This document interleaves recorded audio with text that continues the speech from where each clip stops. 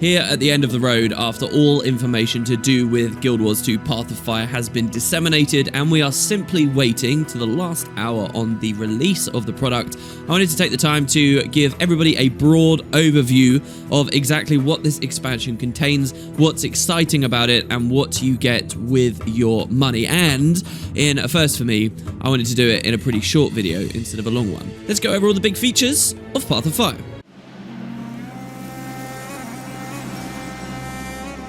What happened to you out in the desert? It's a powder keg over there, and that maniac has already lit the fuse. So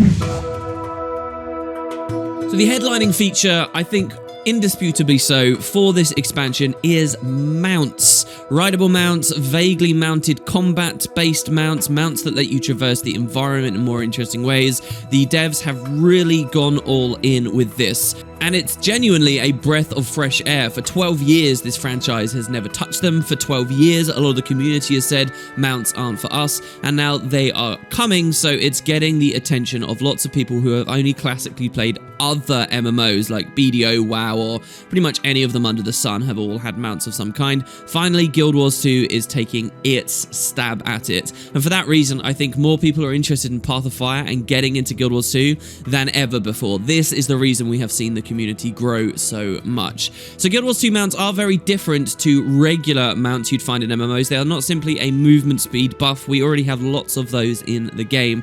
No, mounts are tied into the game's mastery system. So 2 years ago, the devs introduced masteries to us. This was a method of giving players meaningful ways to gain experience and experience character progression without having to resort to raising the level cap and introducing gear treadmills and the invalidation of old content.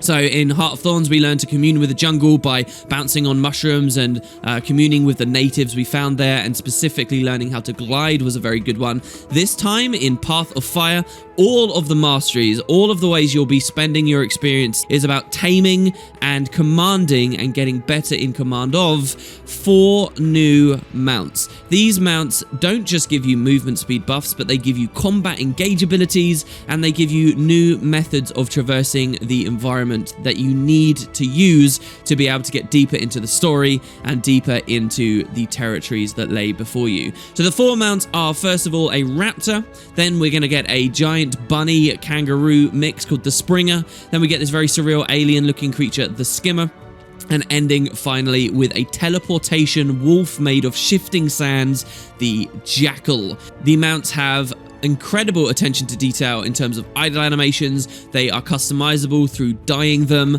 And importantly, a lot of the content of this expansion doesn't just accept that mounts will be around. They're not a side feature. The content requires the use of the mounts. The mounts are a part of the story and everything you will experience. And for those who enjoy features like that, I think that it's safe to say Path of Fire is going to deliver in spades. In Path of Fire, we were returning back to the Crystal Desert and to Northern Alona. We wanted to go back to a place that means a lot to players and has history for the franchise, but we wanted to look at something that is now fresh. Feature number 2, and really headlining thing, obviously we're getting an expansion. What does that mean? New territories to explore, new places to go. This is the largest expansion drop Guild Wars 2 has ever had for multiple reasons. First of all, that they're adding 5 enormous new PvE maps. That is the most maps they've ever added at once since 2012. These maps are not just the most in quantity, but they're also, in terms of horizontal space, the largest the devs have ever done. Now, we have mounts that will let us travel them quicker, but it's still safe to say that if you like exploration, there's a huge amount to be had here. The new maps are located in a deserty region, which is different to the jungle territories we visited before. This desert is actually a place that many of us in the community have been able to explore a decade ago in 2007, when a Guild Wars 1 campaign called Guild Wars Nightfall was released. And so the maps are full of interesting things to discover for new players, but also many callbacks and tidbits for those of us of the old guards. Also, it's probably the most comprehensive selection of maps that they've added in terms of features, just because these maps will have all the core Tyria exploration stuff like vistas and points of interest. They'll have new stuff that was introduced in Heart of Thorns like adventures and mastery points, and they'll have Living World Season 3 stuff, which would be renown hearts and even repeatable skill challenges as we've seen now. On top of that, they've layered some other systems we'll get to in just a second. I fear he may get the weapon. If he does, the consequences will be unpredictable. Also coming with the expansion, of course, is new story. So they'll be dropping 4 or perhaps even 5 new acts of the story in. Again, this is more than they've dropped in at any point in Guild Wars 2's history. Those of us who are lore hounds are very much looking forward to see what they've got for us. Those of us who care about a lot of the established characters are too. This is also a great opportunity for new players to get involved with the story for the first time. And the plot is basically revolving around fighting a god. You don't need to be a lore nerd to appreciate that that might be quite cool. Not only are we trying to fight a god of fire and war in this desert, but there's also an elder dragon meandering around and a manipulative lich dictator on the scene, and seeing how those 3 large antagonists interact with one another is kind of the magic of what this story is and where it's going. Just to be clear, there is the equivalent of about a year's worth of streaming Living World updates being dropped all at once in terms of story, and there's going to be a lot of fun stuff to do.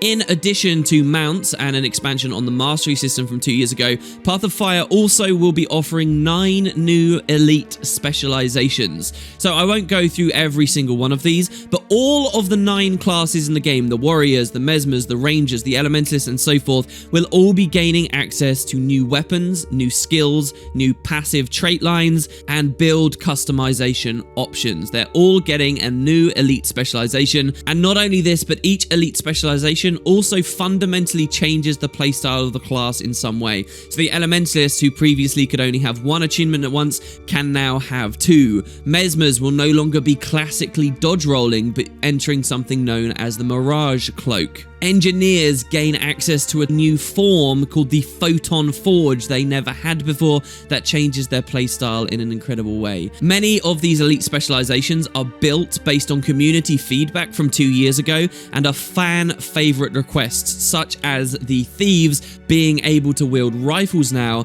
and then acting as marksmen or snipers from the fringes of the battle by going prone and doing crazy ranged damage, or elementalists getting access to swords that they desperately wanted 2 years ago also. So this is really one of the biggest features, and depending on the class you play, there could be a lot of content coming from that. Path of Fire also has a selection of smaller things as well that nonetheless are pretty important for the play of the game.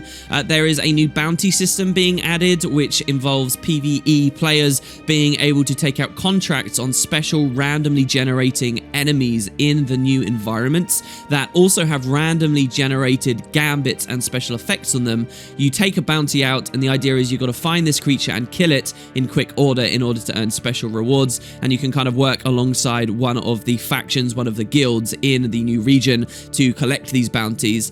You can do these in large groups, small groups, or even as an individual, and that's a pretty big feature for where we'll be traveling. In terms of gameplay, there's a pretty big shake-up arriving in terms of a new mechanic known as Barrier, which is essentially overhealing, being able to get energy shield, if you will, extra health on top of your health, and that will not only be filtered in through the new Path of Fire stuff, but also a lot of the core stuff at the same time. In addition to the regular maps for exploration, there will be a new guild hall for players to claim. All those new communities and people that are flooding in will be able to band together and build up something special for themselves in this new region, just like we were able to 2 years ago in the jungle.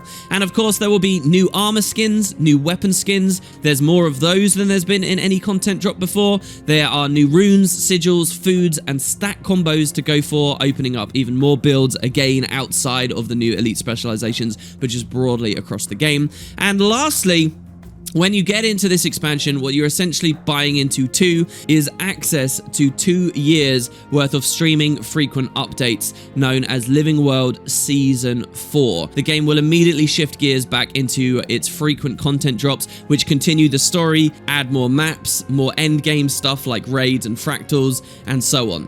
Quite often, I've not been very excited about the last point on this list because, hey, we want to play the expansion. You imagine that's a long, long way away, but probably probably the coolest thing about Path of Fire. It was just a matter of weeks ago that the game had a big update where a new map came in and more story came in. Now the expansion is here, and in a very short space of time, those updates will continue streaming out very fast. And indeed, depending on how late you're watching this video, may have already begun again. So that is what you also get when you get into the expansion. So there you go, that is Guild Wars 2 Path of Fire, all the headlining features in roughly 10 minutes. Hopefully you know a little bit more about it. I've got several videos on my channel that I've been covering over these release weeks to go into more detail on any of them. Feel free to check those out. But there you go, that is Guild Wars 2's second expansion, Path of Fire, in roughly 10 minutes. If you want to learn more about the game, I've done a ton of videos these most recent weeks on my channel, or in the description you'll find a direct link to pick it up or learn more about it on your own. Cheers everyone, I hope you think I did a good job, and I'll see you hopefully in the next one.